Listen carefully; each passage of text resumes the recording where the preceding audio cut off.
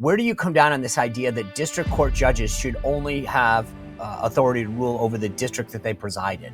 This is the number one most important question. There are a lot of important questions, birthright, citizenship, a lot of important stuff going on. This, what you just asked right here, is the most important question. Because when you allow district court judges, lone judges, to issue rulings that purport to bring the entirety of the executive branch to a halt there, you are no longer living in a lowercase r republic. You are living in a juristocracy. You're living in a system of unmitigated judicial supremacy, the likes of which America's greatest statesmen throughout our history recognized would fundamentally be incompatible with the founding. So if you're Trump, do you just say, hey, I listened to Josh Hammer on Sean Spicer's show. I think we just go forward until the Supreme Court or a higher court enjoins this, because that only applied to the folks in Rhode Island or whatever. If I were whispering in Donald Trump's ear, that's exactly what I would say. And that was my very first thought, by the way, as well. When the first anti-birthright citizenship ruling came down from that judge out in Seattle, Washington, my very first instinct was like, okay, if I were advising President Trump, I would say, you can listen to this ruling as it applies to the literal plaintiff in this case there, but don't extend it a millimeter further than that. Good Wednesday to you guys. We are literally on that glide path that I talk about to the weekend. So exciting. And I gotta be honest, I'm looking forward to it already. I'm excited. I need a week. Every weekend so far. I don't know about you guys. I had that funeral that I mentioned last weekend. Friday night, there's a visitation. Saturday, the actual funeral. Sunday, the week before, I had two, kids got confirmed. My wife had a birthday. I mean, it's just like, can I just get one weekend? God, I'm not complaining. But I have so many things that I need to do around the house. I feel like every week. Maybe it's because I procrastinate really well. But anyway, I digress. A lot to get into today. I want to talk to you about the election, Liberation Day, and the tariffs, and a lot to break down legally. Can Trump serve a third term? Do these district courts have the right to do what they're doing in terms of a nationwide impact? Because they're like shopping this stuff to a court in Rhode Island. I'm not kidding. Does the folks that the Trump administration are deporting, do they have any due process? I'm going to break that down with Josh Hammer. And I'm telling you guys, he's been on the show before. This guy knows so much. And he's not just reflexively answering legal questions. He's so good. And it's versed in, like, when you hear a preacher cite Bible verses, this is how he can cite constitutional law. So it's not just like, here's my opinion. It's like, here's what the case law says. I love this guy and how he breaks down cases. And trust me, this is the kind of stuff that you're going to talk about at work or over the weekend with people who say, Trump's saying this and he can't do this. And you're going to go, yes, he can, because Sullivan v. Spicer says and blah, blah, blah. I mean, like, seriously. But before I get to that, I want to talk about the elections last night. There were 3. I talked to you guys about those. 2 in Florida. Florida's first, which is the seat that Matt Gaetz stepped down from. Jimmy Patronis won handily. He's the state's CFO. So he had run statewide a couple times. Very popular, good guy. Ended up winning fine. No concerns there. In the 6th district, Randy Fines, current state senator, he's not apparently best friends with Ron DeSantis. And, there was a lot about that race mechanically, but he still won by 15 points. And I know the Democrats are going to say, oh my God. But look, sometimes I get in the weeds on this politics stuff, but it's important to understand that mechanics matter, candidates matter, and message matters. And the Dems are trying to claim that because they cut the margin from November of 2024 down, that's a big deal. Okay, I don't think so. I mean, look, they won by 15 points. He was outspent 10-1. The Democrat raised that much money, crazy amount. So I'm just saying that, like, the Florida thing, you're not hearing a lot about today because they didn't win and they got their clocks cleaned. And then what do we take away from Wisconsin? Here's my takeaway. And I want you to understand this because I think this is really important. Context matters. So President Trump barely won Wisconsin in November. So a few months ago, 5 months ago, but not by much. It's literally the definition of a swing state. Roughly, he got about 1.6 million votes. So did Kamala Harris. Now, obviously, he got more because he won by about 0.8 of a point. Okay. But just for the sake of my argument, just let's assume they both got 1.6 million. Last night, the Democrat got just over 1.2 million, I think. And the Republican, let me look this up as we talk about this. So the Republican got just over 1 million and she got 1.3. Okay. So she won by 10 points, 1.3 to 1 million. Why does that matter? Well, if you think about this, head to head, Trump and Kamala both got 1.6, Trump obviously edging her out. The Dems had some drop off, some attrition from November, right? They went from 1.6 to 1.3.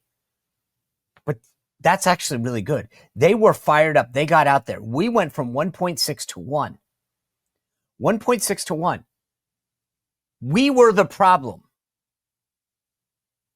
Scott Preston went out there. He did everything he could, trying to get people out there. A lot of groups out there doing everything they could. They, by the way, I know everyone loves to focus on Elon doing a bunch. By the way, Elon spent billions of his own dollars, millions of his own dollars, rather, I should say. Transferred money to the state party. He did some rallies. But they had Soros, Pritzker, and Reid Hoffman, the founder of Netflix, all out there spending millions of dollars too. So don't act like this was a one billionaire versus no one. When they talk about, I'm not going to let billionaires buy that. Crawford, the Democrat, maybe she should admit that she had 3 billionaires behind her. But that really doesn't matter, because that doesn't matter. In politics, all that matters is winning. If you don't win, there's no second prize. You don't get to be deputy kind of, Supreme Court justice. It doesn't work. Charlie Kirk from Turning Point put out a great tweet, and I want to read it to you because it's important. We did a lot in Wisconsin, but we fell short. We must realize and appreciate that we are the low propensity party right now. The party has been remade. Special elections and off-cycle elections will continue to be a problem without a change of strategy. We are the party of welders, waiters, and plumbers. We are the party of people who work with their hands, who shower before and after work. Politics is an afterthought for many of our supporters. They have a common sense in American values, but they are voters who must be chased. Democrats have become the college indoctrinated, institutionalized, and government dependent high propensity party. They live for politics. It's their religion. You may hate Donald Trump, but he resurrected a dead GOP back to life. Our movement must begin to fully fund the infrastructure to match the Democrat machine. Our ideas are better. They are actually popular. But we need to match like for like. We need to out-organize Democrats. We need to match their fundraising advantage. Let Wisconsin be a wake-up call. Let it be a call to return to the front lines. We won in November, but to save the Republican, we must bring a string together of multiple victories that starts in 2026. He's right. Now, look, here's the proof of this. We won the voter ID issue out there. Wisconsinites went out and enshrined voter ID. Thank you. That was huge. But we didn't get out to vote. And I think that, everyone wants to blame this on Trump and Musk. We have a mechanical problem. There were 600,000 fewer people that voted yesterday than did in November. Why? That's over a third. 1.6 down to 1 million. We lost a third of our folks. They lost a few 100,000.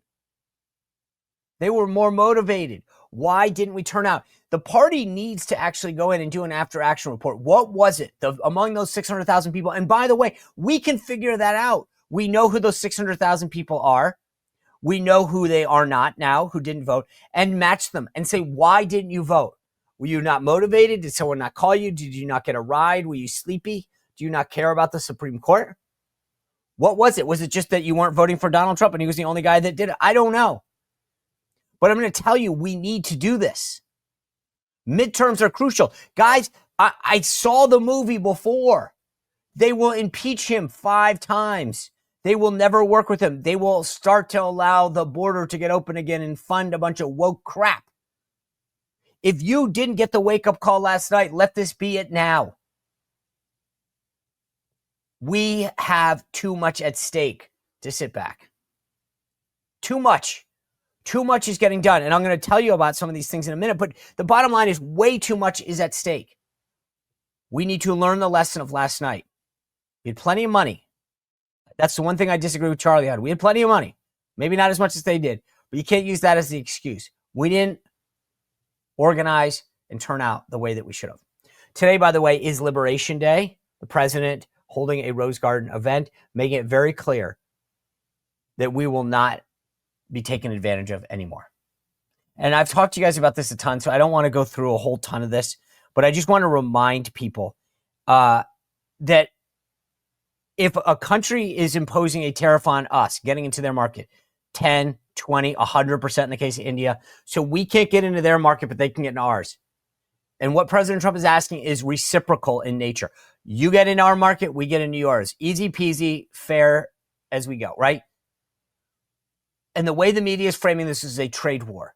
Why is it that we are suckers? Why do we do this? No, this is ridiculous, folks. Ridiculous. We should not be in this position. We shouldn't be in this position. Why is it that we have allowed for decade after decade after decade to say it's okay for the EU to charge a 10% tariff for our cars to get into their market, but nothing to come into ours? Why would we allow that to happen? President Trump's the first guy to stand up and make this happen. We've lost our manufacturing base. This is, literally, we have no more manufacturing base. China is on the ascent. Our manufacturing tied to, including Germany and Japan, still does not exceed theirs. And that wasn't the case 2 decades ago. We were ahead of all of them. Our manufacturing base has declined while China's has risen. They pose an existential threat to our well-being. If we don't start fighting at some point, then you can't blame anyone for what's going to come. China has a countdown clock, 2027. Wake up. After COVID, wake up. Everything is being built somewhere else. We have an opportunity to put America first again, to demand access to other markets, to bring manufacturing and investment back to the U.S. So don't get all weak today or tomorrow. Stand up and say, yes, it may be painful. I get it. And I know some people are living paycheck to paycheck. I get it. But at some point, we've got to look out for the future. We've got to stand to bring it all back to America. By the way, one quick thing before I bring in Josh Hammer. I want to give a big shout out. I missed it yesterday. My apologies. And I appreciate my former chief, John Joyce, for bringing it to my attention. Big happy 132-year birthday celebration to our Navy Chiefs. Anyway, before we get into it with Josh Hammer, I've told you guys before, I have made wellness an issue in my life. And nothing has been better than getting a good night's sleep. I do this every night. People ask me all the time, do you actually use these products? These are empty. See the top's ripped off. This is my Beam Dream Powder. I take a scoop every night. I'm telling you guys, if you have trouble sleeping, falling asleep, staying asleep, just do me a favor. Try it once. You will not regret it. The taste is amazing. That's just a bonus. It has it's made in America, run by people who share our values, hard work, integrity. It's science-backed, and the blend is amazing. It's got all the stuff that I used to take one pill for: reishi, magnesium, theanine, L-theanine, apigen, and melatonin. I used to take different pills. Now I just take a scoop of Beam, I put it in water, I stir it. Some people use milk. I love water because whatever. Put it in. I've now found the magic sauce. It's like 46 seconds in the microwave. I take it down. I'm telling you, 30 minutes later, when my head hits the pillow, boom. Once in a while, I do forget, by the way. And trust me, I know it. I have a hard time falling asleep. I wake up. I toss. I turn. I wake up groggy. You'll see the difference. I'm not kidding. Within probably a day, if not 2. So I'm just telling you, they've already improved over 17.5 million nights of sleep across the whole country. So here's the deal. Beam has given a huge deal to listeners and watchers of the show. It's the ultimate Patriot discount, 40% off. This is like Black Friday in April. Their best-selling Dream Powder, 40% off for a limited time. Go to shopbeam.com/Spicer. Use code Spicer. That's shopbeam.com/Spicer. Use code Spicer. Support this great American company. Invest in yourself in getting a great night's sleep. Trust me, all the flavors are great. So pick whatever you want. I do love the cocoa cinnamon, chocolate brownie, good peppermint, amazing. But I'm just telling you, it doesn't matter. You'll see the results right off the bat. Go to shopbeam.com/Spicer. Use code word Spicer. By the way, real quick, I mentioned this before. I'm doing a special Zoom on Wednesday, April 9th, to talk about a lot of the products that I'm using. No more Target, no more Walmart, things that are MAHA approved, that are safe for you, that are better, none of this, all this stuff that, you don't even need the safety cap for, because it won't harm you. I love these products. I've used everything from the soap to the deodorant to the wipes, you name it, cleaning supplies, personal products. I have fallen in love with this American company, and I think you will too. If you want to join the Zoom, text RSVP to 276-500-1185. That's RSVP 276-500-1185. Without further ado, I want to bring in Josh Hammer. He is from the First Television Network and senior counsel at the Article 3 Project. Josh Hammer, thanks for joining. It's always good to see you. My pleasure. Thanks for having me again, Sean. Yeah, so what, you're up there at Yale. This is going to be a fun night for you, huh? Yeah, look, I mean, it's always crazy when you go to the Ivy League these days, but, Sean, it's not my first rodeo. It should be a fun one for sure. Good. Well, get some pizza in the New Haven area. I'm sure that'll be good. I want to start, lots going on, but one of the things that I, as a non-lawyer, have been interested in is this whole Trump third term idea that was floated. He talked about it the other day on Air Force One, teasing the press that a lot of people are talking to him about it.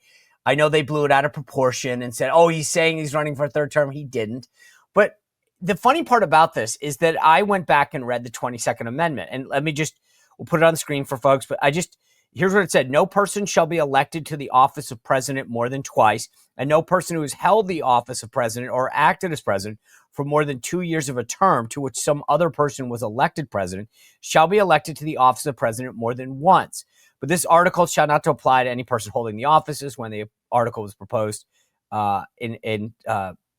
proposed to Congress, and should not prevent any person who may be holding the office of president or acting president during the term within this article from holding the blah, blah, blah. So the first part of it, though, the one theory, and again, I just want to be clear with you, Josh, I don't buy into this. Like the idea of but the theory goes like this. J.D. Vance would run, he'd get sworn in as president, Trump would be his vice president, and then he would immediately resign, Trump would be president again. So just from a legal standpoint, would that be possible? Okay, so like many legal questions, Sean, that have come up ever since 2017 when Donald Trump took power, we would be in uncharted waters. I mean, but we've been in uncharted waters before. I mean, this would not be the first time, one way or the other, that we've been down a certain rabbit hole. I mean, the shoe has been on the other foot. But just walk me through. Here's the thing, Josh. I get the uncertain thing, but I'm a non-lawyer, right? Yeah. Okay, and I read this, and it says no person shall be elected to the office of president more than twice. He wouldn't have been elected to the office. He would have been elected twice, and then he would have been elected VP once, and it says, or acted, but it doesn't say anything about ascending to the presidency. Right. That's exactly right. So the 22nd Amendment text does not speak of that. So look, I mean, Sean, like you, I am skeptical. I am not necessarily one who is pushing this sort of talk. I'm not necessarily pushing, frankly, Donald Trump to do this. But I suppose the argument, I mean, if I'm going to steelman the case, as they say, if I'm going to present the strongest possible argument of this particular position, I think the argument is that if he were to not necessarily be vice president, I mean, he could theoretically be the Speaker of the House, frankly. There's actually nothing in the Constitution that requires that the Speaker of the House actually be a sitting congressman. This is actually also a talking point. I've heard Newt Gingrich talk about this over the years there. So in theory, he could be named Speaker of the House, which is pretty high on the list of presidential succession there. And then come 2028, let's say, hypothetically, it's President J.D. Vance, Vice President Pete Hegseth. I'm just making that up, okay? And then hypothetically there, if you get a couple of resignations there, then perhaps he could ascend to the presidency without ever having been elected, whether on the presidential slate or the vice presidential slate there. That is the theory of the case. I think that is the steelman strongest possible argument there. It's not obvious to me that would be a textual, literal violation of the 22nd Amendment text, assuming that he were to serve probably fewer than 2 years, right? Because there is kind of that 2 years of the four-term qualified there in the 22nd Amendment there. But even if it doesn't violate the literal text here, Sean, if I'm just being very candid with you, that's not necessarily how constitutional interpretation works. We don't necessarily do things literally. You're trying to figure out what the meaning is, not necessarily what the literal words meant absent context. So this kind of gets into a legal interpretation, a bit of a semantical debate there. That's what lawyers do. Obviously, we like to debate over words and meaning, so forth there. I'm skeptical. I'm a skeptic of this. I am not a huge proponent of this, but I think what I laid out is probably the strongest possible case that this could possibly take the shape of. Yeah, I mean, look, there's a bunch of other scenarios. He could get named Secretary of the Treasury, and then the cabinet, everybody resigns. I mean, but I think to me, I think this is a silly thing that he loves trolling people with. Yes. But it's just funny because so many of the folks in the media reflexively just go, it's impossible. And it's like, I don't look, again, I'm not a lawyer, but I go, that's not how I read the 22nd Amendment. I get your point about how it might be interpreted, but I also have a hard time thinking that the Supreme Court would weigh in and say, technically he didn't, I mean, I don't know. I think it's fascinating. All right, let's move on because I think we've definitely debunked that it can't happen, but also probably that it politically won't happen. So now let's move on to something that's interestingly equally intriguing to me. Ed Martin, who I actually saw this weekend, as a matter of fact, he is the interim U.S. attorney in the D.C. area. He is apparently, according to news reports, pursuing an inquiry into whether that Biden was competent when he pardoned, all of these family members at the end. And he has sent letters, according to reports, to Jim and Sarah Biden, and then he's asking Jeff Zients, the former White House chief of staff under Biden, whether that Biden was aware of the breadth of the pardons. And so my question to you is, again, I had this conversation with a couple lawyers about, even Alan Dershowitz, about what the president, whether he has to sign things or not. And there's, I think, a lot of folks that believe that the Constitution makes it clear that you have to sign bills. But when it comes to pardons and other things, there's a lot more latitude there. I as a lawyer, what possibilities, like what could possibly come of this?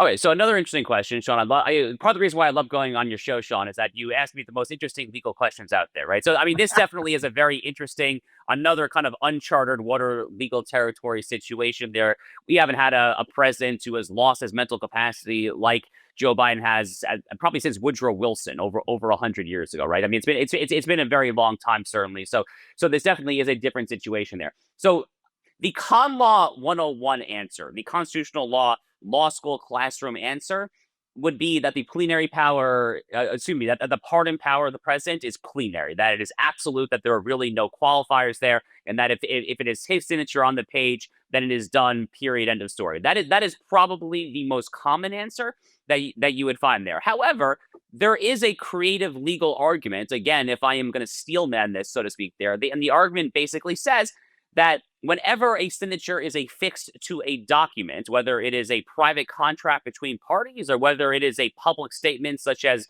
signing a bill into law, there does have to be some sort of subjective intent there. In criminal law, we would call this mens rea. It's the Latin term referring to what your subjective mentality is at the time of a criminal act. So too, in contract law, for instance, the common law of contracts, if you do not actually intend something in your mind there, the contract could be torn up by a court as being illegitimate. So it's basically taking that and trying to apply it to the pardon power. That is the theory of the case that I think Ed Martin's getting at.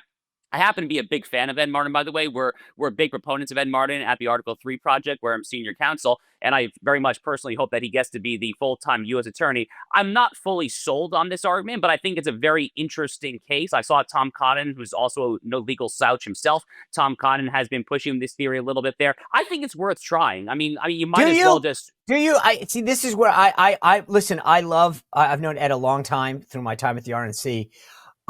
I worry about the slippery slope that we go down with this. I get why we're doing it, but I worry that this comes back to bite us in the butt. How can you spell that out a little bit, Sean? Because you start going down the line of like, you go down. What was Reagan's state of mind at the end of his term? What did he know? And we obviously can't find that out because he's no longer with us. I just wonder. I had a very interesting conversation with a lot of lawyers, first with Alan Dershowitz and then several folks about this whole idea of signing a bill and not. And I guess my question is, if we start saying who knew what when, I mean, here's the obvious answer. I think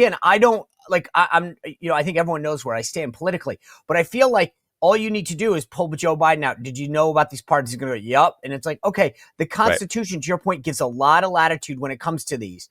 And I think if we start going off, well, what did you know when? Were you sick then? Were you out of the country?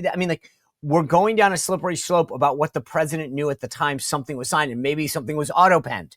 And you go, well, technically he wasn't aware of that at the time because no one informed him about the appointment of Josh Hammer to, this great appointment to the Supreme Court. And suddenly we start going down this rabbit hole of what was legitimate, signed, and not. What did the president know? again, maybe this is where not being a lawyer, maybe I just don't get the full implication of this, but I worry that we're going down a path that opens up a bunch of like, did the president know at the time X was being signed? No, I think you understand it perfectly well. It's an extremely valid concern. Look, my general approach to this whole, if people on the right do it, then people on the left do it, because this comes up over and over and over again, right? Right. Unfortunately, we live in a day and age where the gloves are frankly off, and the norms have been shattered by the very people who profess and purport to care about the norms in the first place there. So, I mean, I personally stopped kind of taking this particular strand of argument seriously when there was the FBI raid in Mar-a-Lago, things like that. When Alvin Bragg started prosecuting the former president of the United States, now yet again a president of the United States there. That to me is when kind of this general approach of, oh, if the right does it, then the left may do it too. I generally just am not sympathetic to that particular argument anymore at this time. Having said that, Sean, having said that, to your point there, I am actually skeptical of the substantive legal argument that the president's mental capacity there does affect the legitimacy of the pardon. So I'm not necessarily concerned. Well, I only about say that the only reason I say this is just, again, let me just be clear on this for everyone who's wondering, is that how do I know what his mental state was 8 months ago? So you interview Biden today and he goes, "Oh, not a joke, folks, not a joke. Uncle Ted said," like that. You won't know what it was 8 months ago. And to ascertain that, from somebody who's clearly in mental decline, what the state of mind was at the time that they did that. And I get your point. Like, I think about people who've they talk about this with conservatorships. What was their state of mind when they were put in one? What was the state of mind when someone signed a legal document buying a house or giving away their estate? I've seen enough of that. But anyway, I do worry about, because somebody could have had COVID or been sick, and you go, well, what was their state of mind when they signed that piece of, all right, let's turn for a second, if we will, to what's going on in the federal government with respect to DOGE and all this. And again, walk through this from my perspective as a guy who reads the Constitution. I did take Con Law 101, by the way, but that was the extent of it, and it was 30 years ago. But there's a story out that says DOGE on SCOTUS watch. DOGE has racked up a string of losses in the lower court. Now it's time to find out if it has better luck at the highest court. In the coming days, the Supreme Court may issue its first substantive decision on the Trump administration's effort to dismantle the federal bureaucracy. And these initial rulings will signal how the justices view this thing. 2 emergency appeals from the Trump administration on DOGE-related issues are now pending. In the first case, the administration wants the justices to lift a lower court ruling that is blocking the Department of Education from immediately terminating $65 million in grants. So for me, I look at this and say, he is the executive. He's the head of the executive. And there's money out there. He doesn't think it's being well spent, and he's stopping it. Why doesn't the president have theoretically absolute authority when it comes over the executive branch and the money? Well, in my opinion, he does. I think that's a winning argument. I mean, there is one person in our constitutional structure who is vested with the executive power, and that's the president of the United States. Back during the Bush administration, Sean, people tried to say, oh, this thing called unitary executive theory. It's like a John Yoo, Jack Goldsmith legal theory. It's so scary there. It's literally just a simple textual observation based on Article 2, Section 1, Clause 1. One person has the executive power. It's not the vice president. It's not the attorney general. It's not the coffee fetcher. It's the president of the United States there. But the president of the United States, in exercising the executive power, can delegate to lesser people to issue strong recommendations then that ultimately come to his desk there. That's basically what DOGE is. I view the whole DOGE phenomenon, this Department of Government Efficiency, as being very similar to, let's call it the Domestic Policy Council, which is a fairly recent phenomenon in American history. It's only three and a half decades older, so the Domestic Policy Council. But they're right there in the Eisenhower Executive Office building. It's kind of the building right next to the White House for those who are not total Washington, D.C. political nerds there.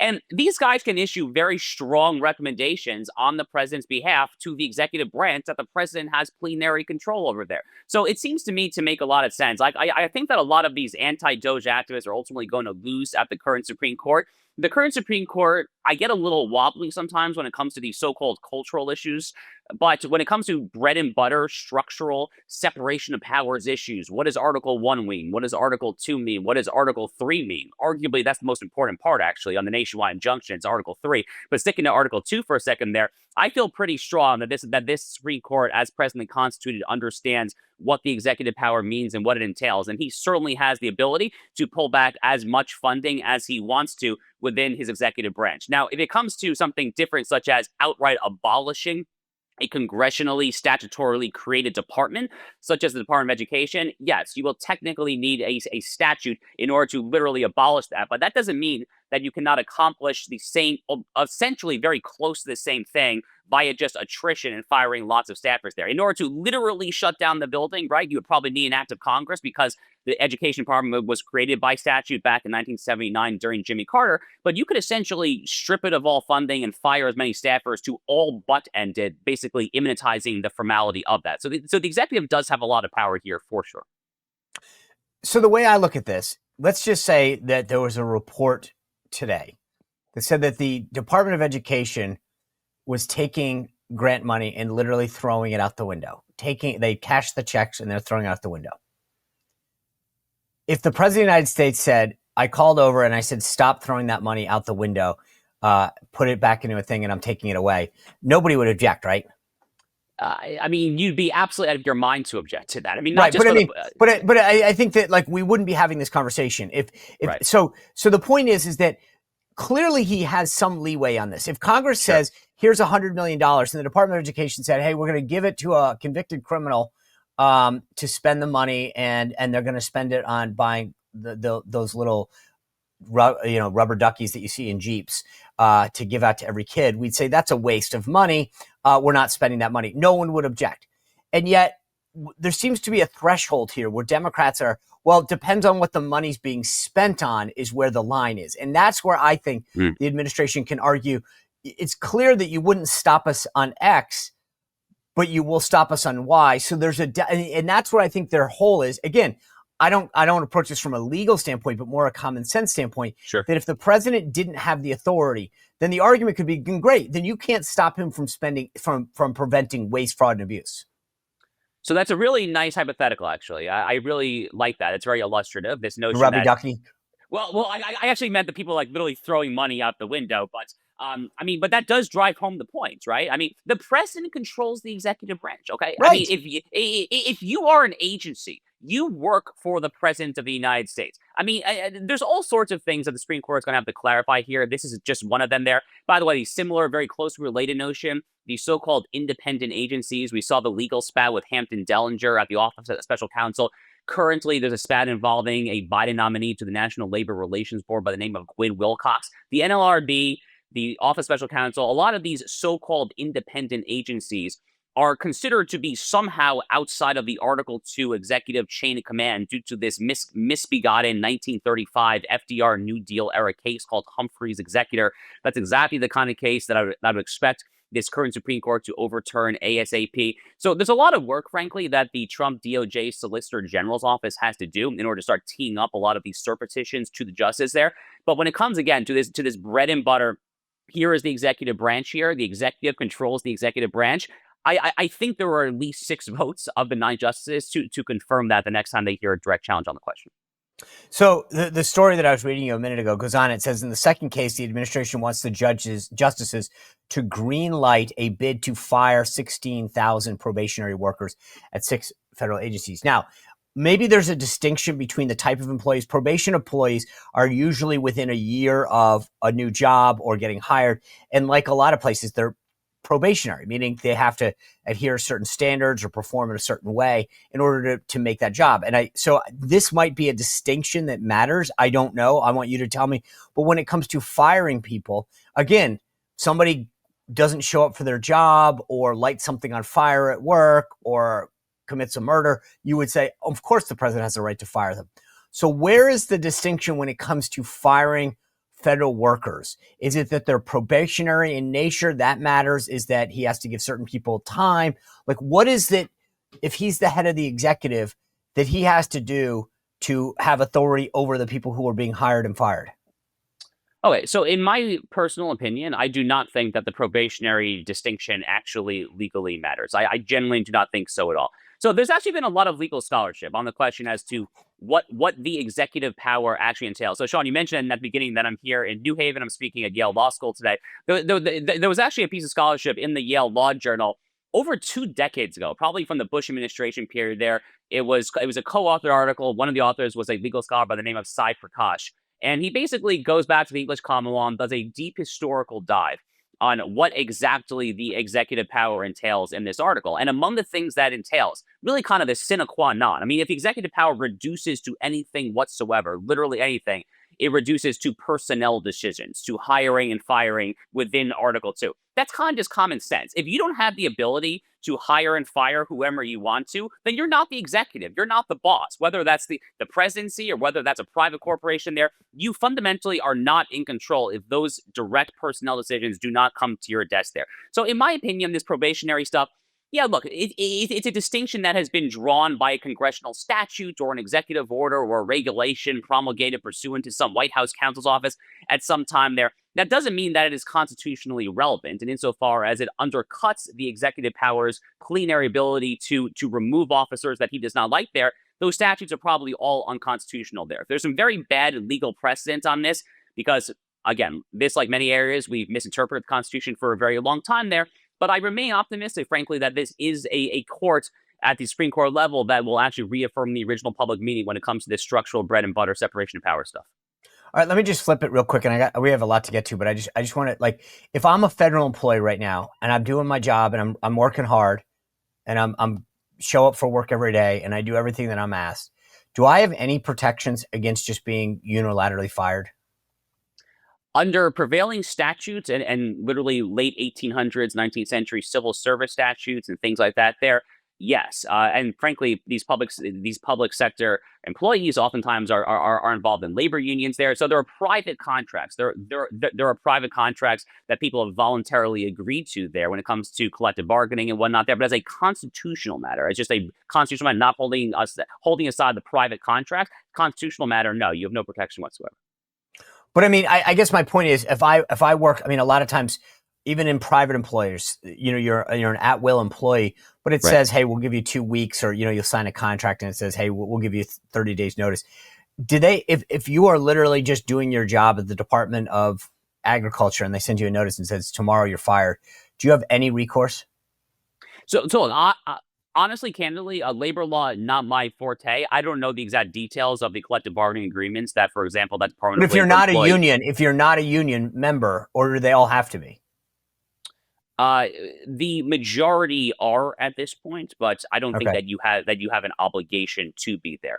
But again, as kind of just a constitutional threshold matter there, you have no expectation to keep your job for any longer than what the executive wants to. Anything beyond that, it can be voluntarily agreed to between parties, but as kind of a public law constitution matter, there's no expectation of keeping your job for any indefinite period.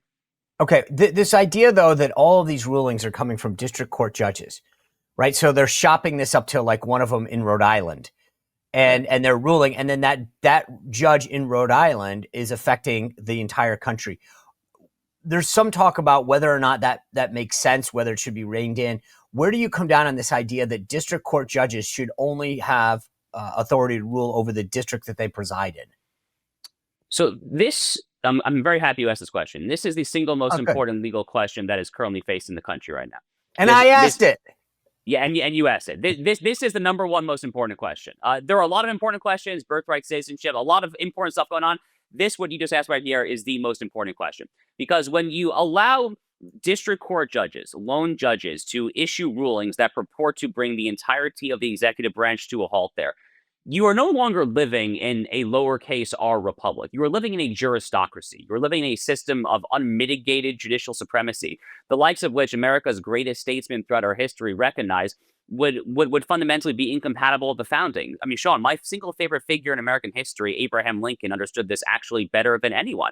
After the infamous Dred Scott case, where Chief Justice Roger Taney horrifically ruled that Black people were not citizens and could never be citizens, Lincoln famously said in his debates with Stephen Douglas in Illinois the next year that if he were in a position of power, he would respect that judgment as it pertains to the named parties to the lawsuit aka Mr. Scott himself, Dred Scott, but he would not extend it a millimeter further. And then when he was president, Abraham Lincoln, he issued passports to Black Americans in the Western Territories of the United States in direct defiance of the Dred Scott ruling. And that was a Supreme Court ruling, actually. That wasn't even like a lower district court judge ruling there. But the relevant legal question is, what does the judicial power mean? We were just talking about Article 2. What does the executive power mean? The relevant question for purposes of these so-called nationwide injunctions is an Article 3 question. What does the judicial power mean? Fortunately, Sean, we actually know the answer to this. So I kind of nerded out with a law review citation a few minutes ago. I'll do the same thing. I'll do the same thing here. Sam Bray, one of the absolute greatest conservative legal scholars in America right now. I think my alma mater, University of Chicago Law School, actually just hired him. Tremendous hire, actually. But he had a law review article for the Harvard Law Review back in 2017 during the first Trump term, making an extremely compelling case that the so-called nationwide injunctions far exceed the boundaries of what courts of equity in England used to do. It would have been radically, radically outside the bounds of what the judicial power means in our Constitution. The power of a court to issue a judgment is to bind the parties to a lawsuit. You cannot go anything beyond that whatsoever. So not only, in my opinion, are these nationwide injunctions unconstitutional, I am extremely dubious of the notion that district court judge could frankly bind anyone, even in his district, actually. To me, the judicial power entails the ability to issue a ruling for the plaintiffs. Anything beyond that is persuasive authority, perhaps. So if you're Trump, do you just say, hey, I listened to Josh Hammer on Sean Spicer's show. I think we just go forward until the Supreme Court or a higher court enjoins this, because that only applied to the folks in Rhode Island or whatever. If I were whispering in Donald Trump's ear, that's exactly what I would say. And that was my very first thought, by the way, as well. When the first anti-birthright citizenship ruling came down from that judge out in Seattle, Washington, my very first instinct was like, okay, if I were advising President Trump, I would say, you can listen to this ruling as it applies to the literal plaintiff in this case there, but don't extend it a millimeter further than that. Okay. Your time is valuable because you got to go talk to these kids at Yale and get them straight. And that's critical because they are the future of this country. So let me just hit on a couple quick issues. You talked about birthright citizenship. What don't I get about that amendment? Because right now, the way I read it is, hey, you're born here, you're born here. That's it. But I also look at the fact that diplomats, if their kid's born here, they're not, because they weren't in keeping with our laws, is I think the way it phrases. Why do people have a belief that birthright citizenship shouldn't be granted if you're in the country illegally? So this is one of my favorite legal debates. Back when I was chairman of my conservative debating society in law school, Sean, I actually chaired a debate on this exact question. So I happen to love this debate. Good. So the debate comes down to what the meaning of the phrase "subject to the jurisdiction thereof" in the citizenship clause of the 14th Amendment means. So the purpose of the citizenship clause is to overturn the Dred Scott case of 1857, and it fundamentally was meant to apply to Black citizens. That itself, I think, is actually important to note at the outset here, because it did not apply to American Indians, for instance. We actually had to wait until the Calvin Coolidge presidency. There was a statute that Congress passed in 1924 called the Indian Citizenship Act. That was the first time that the children of American Indians were automatically entitled via congressional statute to birthright citizenship, because the idea was that the American Indians were not subject to the jurisdiction in a whole political allegiance sense of the term to the United States of America there. And the other thing that I think is worth noting here about the 14th Amendment is that the purpose of this amendment was to constitutionalize the Civil Rights Act of 1866, a very important statute there in the early Reconstruction era, but it was on constitutionally dubious grounds. So the amendment 2 years later, all the people who basically drafted this amendment, Senator Jacob Howard of Michigan, Lyman Trumbull of Illinois, they were very clear. They were just trying to constitutionalize the statute 2 years prior. And then you can go back and look at the citizenship clause in that statute. And instead of this more amorphous, kind of legally unclear, subject to the jurisdiction thereof language, that statute used the much clearer language of not subject to any foreign power. So that is kind of the relevant legal question here, is that if you are subject to a foreign power, are you automatically inherently granted birthright citizenship under the 14th Amendment? And I answer that question, no. Now, that does not mean that Congress cannot statutorily grant that if they want to there, but as a constitutional baseline threshold matter, I have long been sympathetic to the view that Donald Trump has since put into his executive order, that if you are subject to a foreign power, i.e. you're a citizen of a foreign country, you came here illegally and so forth there, you're not a citizen, you are not automatically, as a constitutional matter, entitled to birthright citizenship for your children. I love it. To me, I actually want to hear, like, I'd like to hear your whole debate some point, because I'm fascinated by this question. But I have two more quick things. I know your time is tight because you got to go get these kids straight. But two quick things. Number one, the AP is suing the White House, saying they have a right to be in the pool, the press pool in the White House, to go into the president's office, to ride on the plane. How does the court ultimately rule against, or who do they rule for and against in this AP versus the White House case? Yeah, this is a totally frivolous lawsuit by the Associated Press. I mean, I can't even say that with a straight face, honestly. I mean, it's laughable. I mean, there's no First Amendment right for any particular media organization to get any kind of specific access there. The First Amendment literally means the government cannot seize your printing press. That is what the freedom of the press actually means. It doesn't entail you to any sort of specific access point or any interview or Air Force One. I mean, get out of here. It's absurd on its face, honestly. Okay, I agree. That's where I come down on this. You don't have a right to go to somebody's office just because you have a press pass. And frankly, I think that the idea that anyway, I'll save that so far. The last question I have for you: the president and the White House are getting some pushback on some of the people that they've deported and sent to El Salvador. And again, regardless of the merits, the White House, Caroline Leavitt, yesterday illuminated the fact that this gentleman from Maryland might not be the good guy that the Atlantic and some of the media are making him out to be. In fact, a member of MS-13, had previous issues, et cetera, et cetera. The bottom line I want to ask you, though, is if you are deported like this, regardless of the fact that you're in the country illegally, do you have any, do you have the right of due process? No. Full stop, no. And there's literally direct, unambiguous case law on this going back 200 plus years. My favorite citation for this point comes from Justice Robert Jackson, one of the great 20th century Supreme Court justices. Sean, he actually was the dissenter in the Korematsu case, in the Japanese internment case in 1944 during FDR's presidency. He dissented on due process grounds, and he was considered to be the great champion of due process because of that.